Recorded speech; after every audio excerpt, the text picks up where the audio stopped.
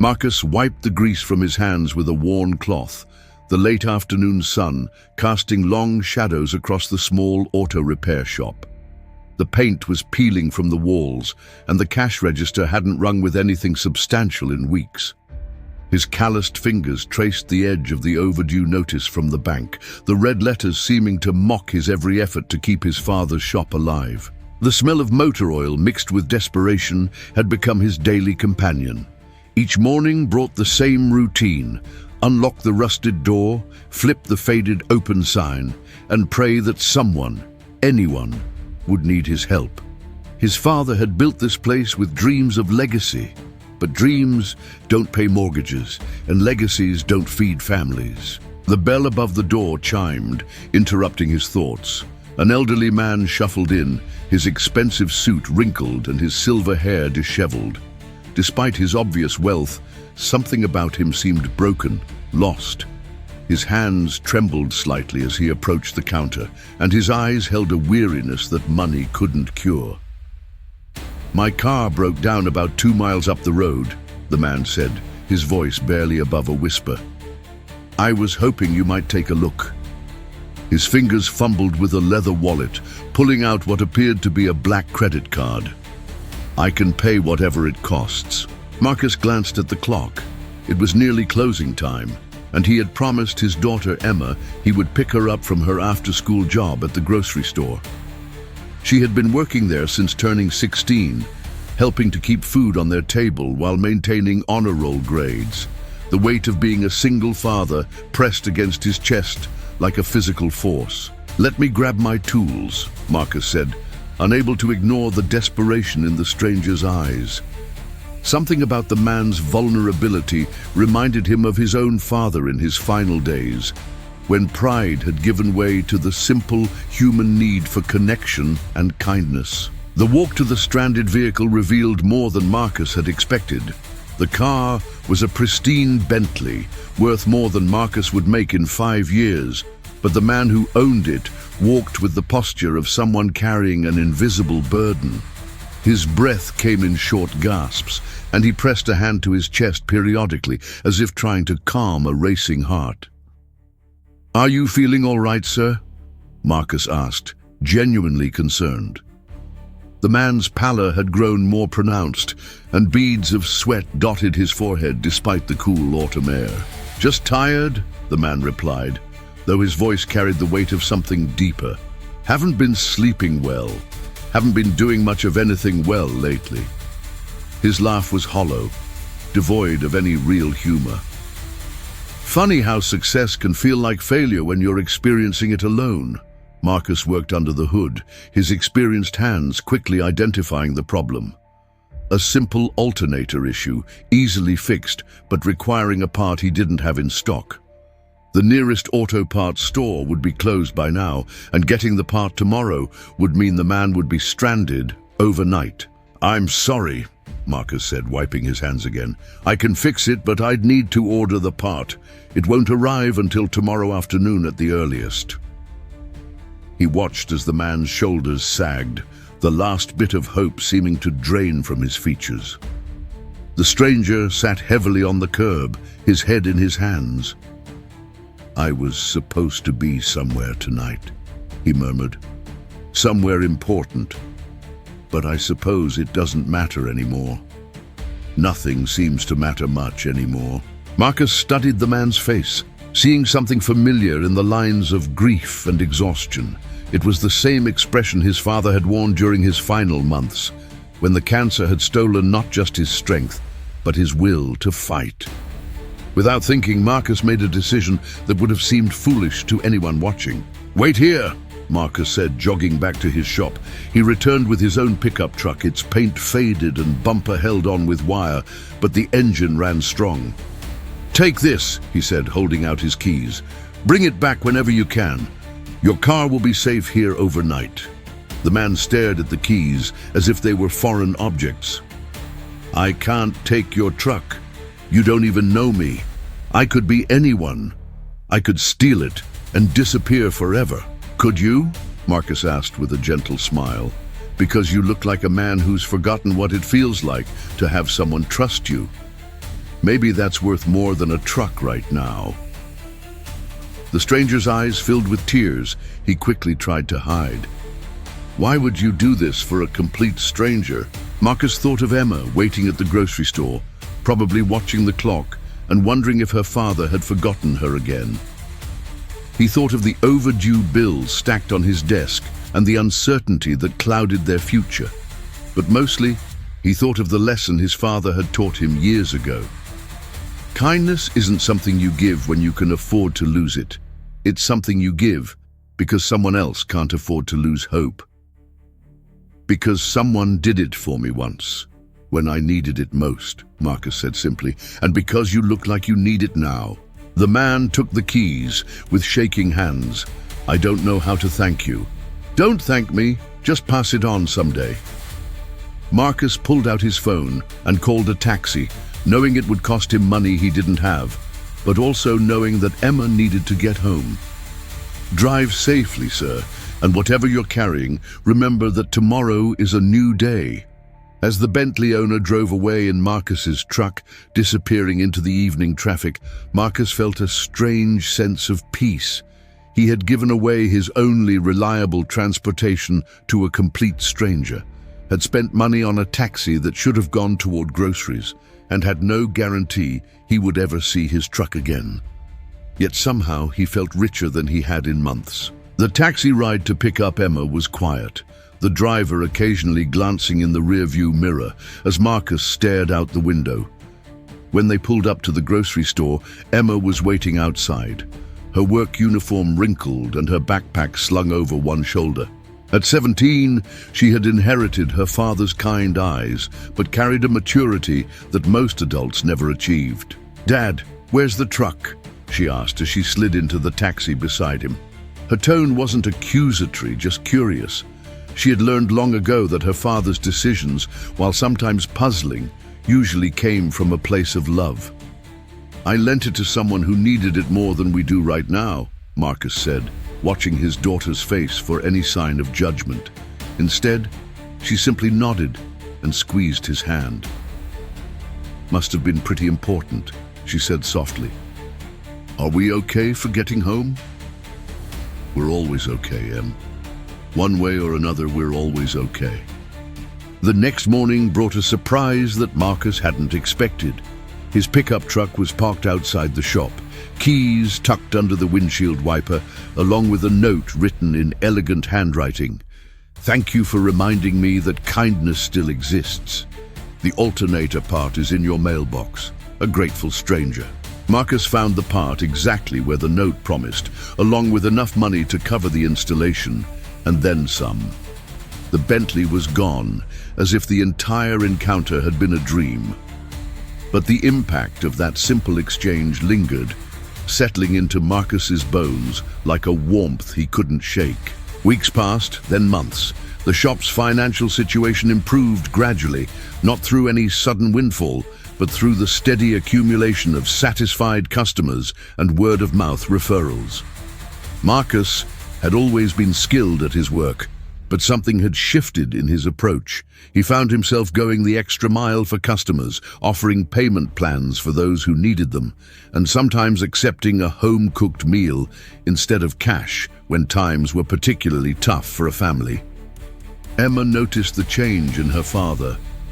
"You seem different lately," she said one evening as they shared a simple dinner of pasta and vegetables. "Happier, maybe, or at least more hopeful."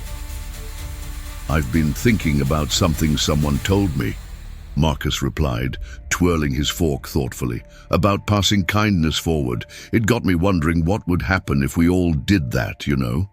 Just helped each other without keeping score." "Sounds like a pretty good world to me," Emma said with a smile that reminded Marcus so much of her mother it made his chest ache with both grief and gratitude.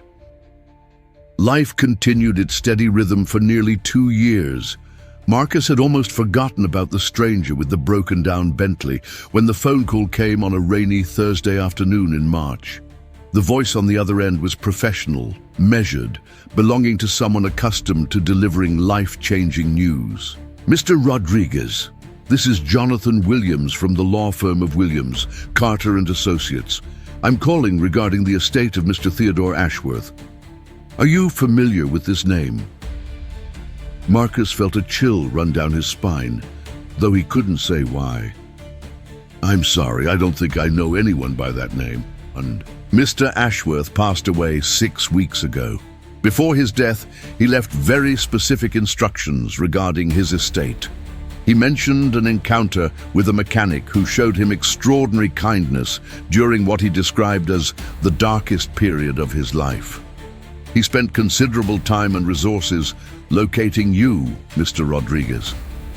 The phone nearly slipped from Marcus's suddenly numb fingers. The memory of that evening rushed back with startling clarity. The elegant stranger, the broken-down Bentley, the decision to lend his truck to someone he had never met before and never expected to see again. "I'm not sure I understand what you're telling me," Marcus managed to say, his voice barely above a whisper. "Mr. Ashworth left you something in his will, Mr. Rodriguez, something quite substantial. Would it be possible for you to come to our offices tomorrow afternoon? There are documents that require your signature, and frankly, this is a conversation better had in person." Marcus spent the night staring at the ceiling, his mind racing through possibilities and implications. Emma found him in the kitchen at dawn, sitting at the table with 2 cups of coffee growing cold in front of him. "Dad, you look like you've seen a ghost," she said, settling into the chair across from him. "What's wrong?" He told her about the phone call, about the stranger from 2 years ago, about the lawyer's cryptic message. Emma listened without interruption, her expression shifting from confusion to amazement to something approaching disbelief. "So, this Mr. Ashworth, the guy whose car you fixed, he left you something in his will?" Emma asked, trying to process the information. "Like what? A watch? Some money?" "I don't know, sweetheart. The lawyer wouldn't say over the phone." The law office occupied the top 3 floors of a gleaming downtown building, its marble lobby and mahogany fixtures speaking of old money and established power. Marcus felt underdressed in his best khakis and button-down shirt, but the receptionist greeted him with genuine warmth, as if she had been expecting him. Jonathan Williams was younger than Marcus had imagined, probably in his early 40s, with kind eyes behind wire-rimmed glasses. His office was lined with legal books and family photos, giving it a warmth that contradicted the building's intimidating exterior. "Mr. Rodriguez, thank you for coming," Williams said, gesturing to a comfortable chair facing his desk. "I have to admit, in 20 years of practicing law, I've never handled a case quite like this one." He opened a thick folder and pulled out several documents, arranging them carefully on the desk. "Before we discuss the specifics of Mr. Ashworth's bequest, I'd like to share something he wrote. A letter addressed to you." Williams handed Marcus an envelope made of heavy cream paper, his name written across the front in the same elegant handwriting he remembered from the note left with his truck. With trembling fingers, Marcus broke the seal and unfolded the letter. The words seemed to swim on the page at first, but gradually came into focus. "Dear Mr. Rodriguez, if you are reading this letter, then I have passed away, and my attorney has successfully located you. I want you to know that the evening we met was the night I had decided to end my life." Marcus's breath caught in his throat. The letter continued, "I had lost my wife 6 months earlier to cancer. My children had grown distant over the years, seeing me only as a source of financial support rather than as their father. I had achieved everything I thought I wanted in life, only to discover that success without connection is just a prettier form of emptiness. That night I had written letters to my children, arranged my affairs, and was driving to a place where I planned for everything to end. When my car broke down, I saw it as a sign that even the universe wanted me gone. But then you appeared. Marcus found himself crying, the tears falling silently onto the expensive paper. "You didn't just fix my transportation problem. You fixed something in my heart I thought was broken beyond repair. Your kindness, given freely to a stranger, reminded me that goodness still existed in the world.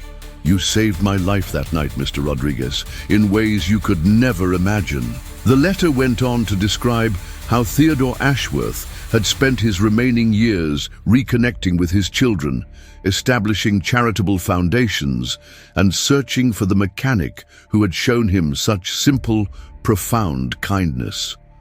He had hired private investigators, traced license plates, and eventually discovered Marcus's identity and circumstances. "I learned about your daughter, about the struggles you face as a single father, about the shop you're fighting to keep alive in honor of your own father's memory. I learned that your act of kindness to me was not an exception, but a pattern. You help people, Mr. Rodriguez, not because you can afford to, but because they need it." Williams cleared his throat gently. "Mr. Rodriguez, I need to explain the terms of Mr. Ashworth's bequest. It's quite comprehensive." Marcus looked up from the letter, his eyes still blurred with tears. "I'm sorry, what did you say?" "Mr. Ashworth has left you his entire estate," Williams said quietly. "His liquid assets, his property holdings, his investment portfolio, everything. The total value is approximately $47 million. The words hit Marcus like a physical blow. He felt the room spinning around him, the air becoming too thick to breathe. That's impossible. People don't leave their fortunes to strangers." "Mr. Ashworth wasn't a typical person," Williams replied. "He was a self-made billionaire who built his wealth through real estate development and technology investments. But more importantly, he was a man who understood the true value of human kindness. He spent 2 years having you investigated, not to invade your privacy, but to confirm what he already knew, that you were exactly the kind of person who deserved this opportunity." Williams pulled out another document, this one filled with legal terminology and official seals. "There are conditions, of course. Mr. Ashworth established a foundation in your name focused on helping single parents and small business owners.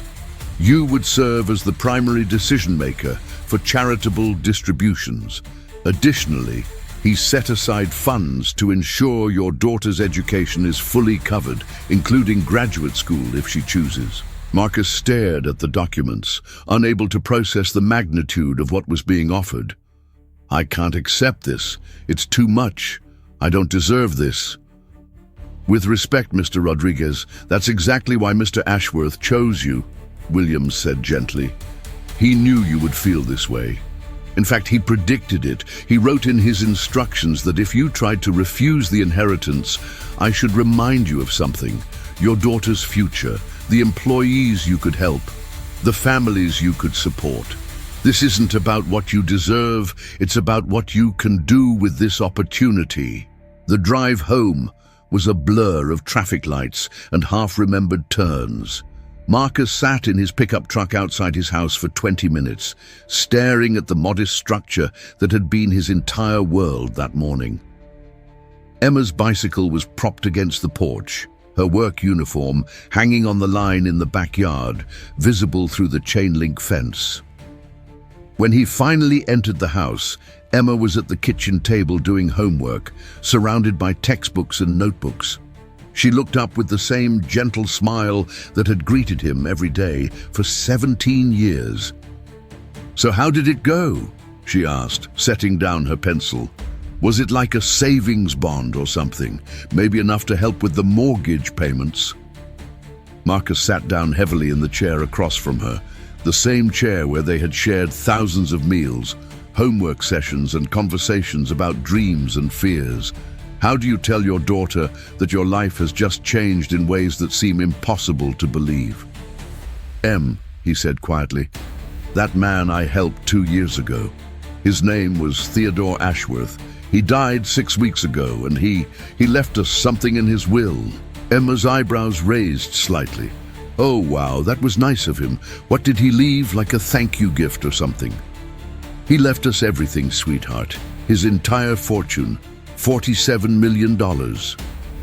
Emma stared at him for a long moment, then started laughing. Dad, that's not funny. I know the lawyer meeting was probably stressful, but you don't need to make up crazy stories to make me feel better. Marcus pulled out the papers Williams had given him, spreading them across the table between Emma's homework assignments. Bank statements, property deeds, investment portfolios, all bearing his name as the beneficiary. Emma's laughter faded as she realized her father wasn't joking. "This is real?" she whispered, her hands trembling as she touched the documents. We're millionaires." "We're stewards," Marcus corrected gently. "Mr. Ashworth didn't just give us money, he gave us responsibility. There's a foundation, Emma. We get to help people. Single parents like I was when your mom died. Small business owners struggling to keep their dreams alive. Kids who want to go to college but can't afford it." Emma was quiet for a long time, processing the enormity of what had just entered their lives. When she finally spoke, her voice was small and uncertain.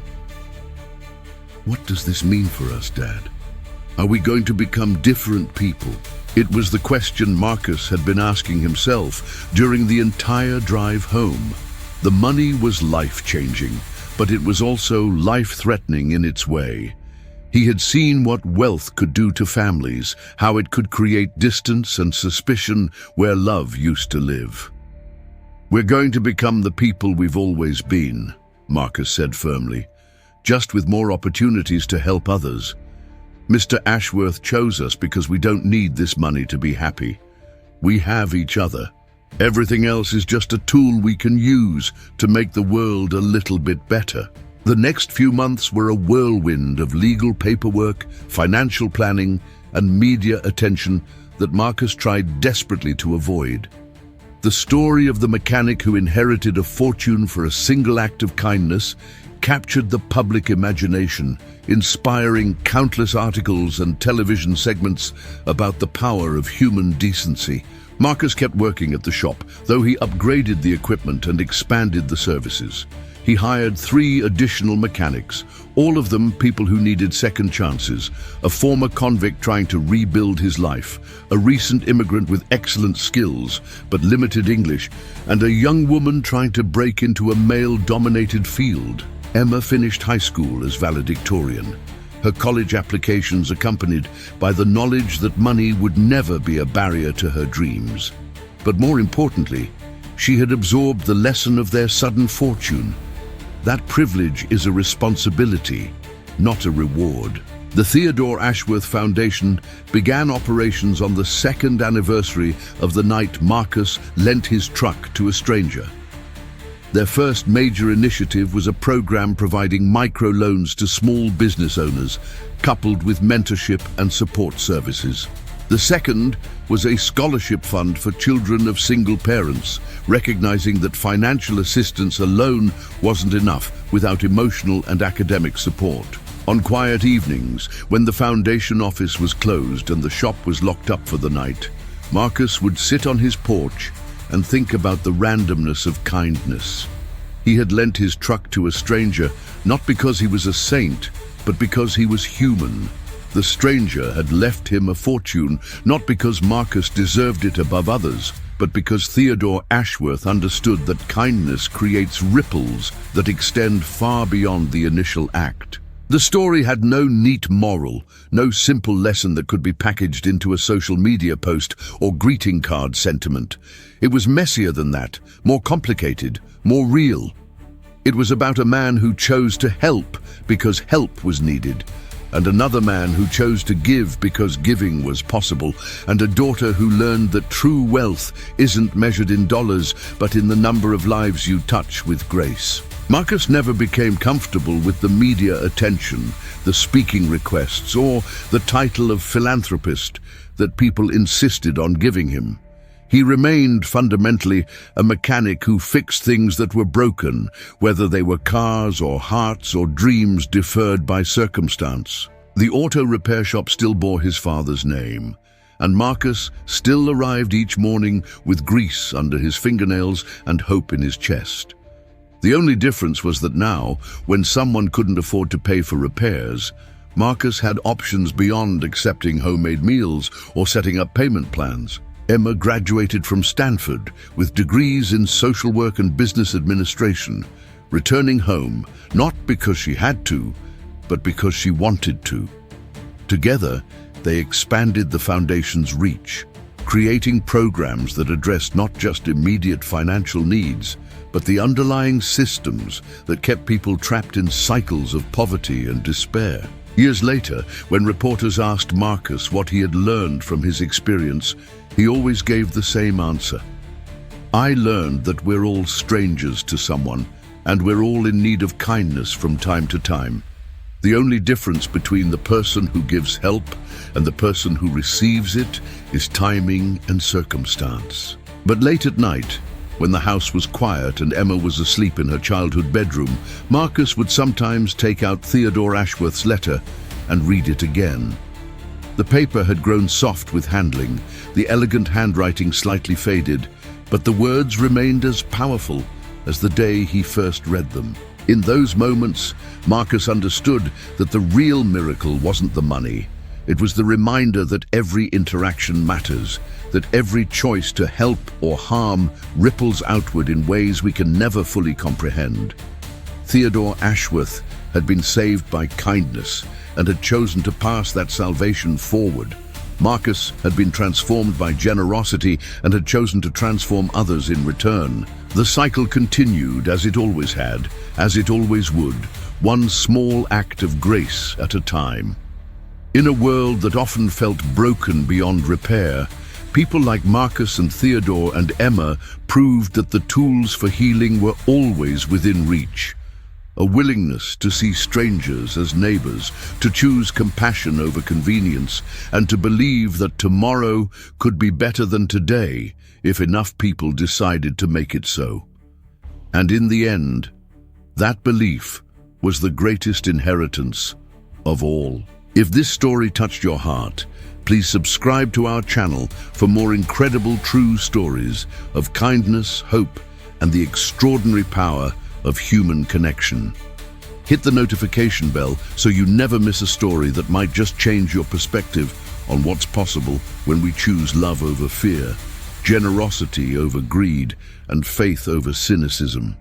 Your subscription helps us continue sharing these important reminders that goodness still exists in the world.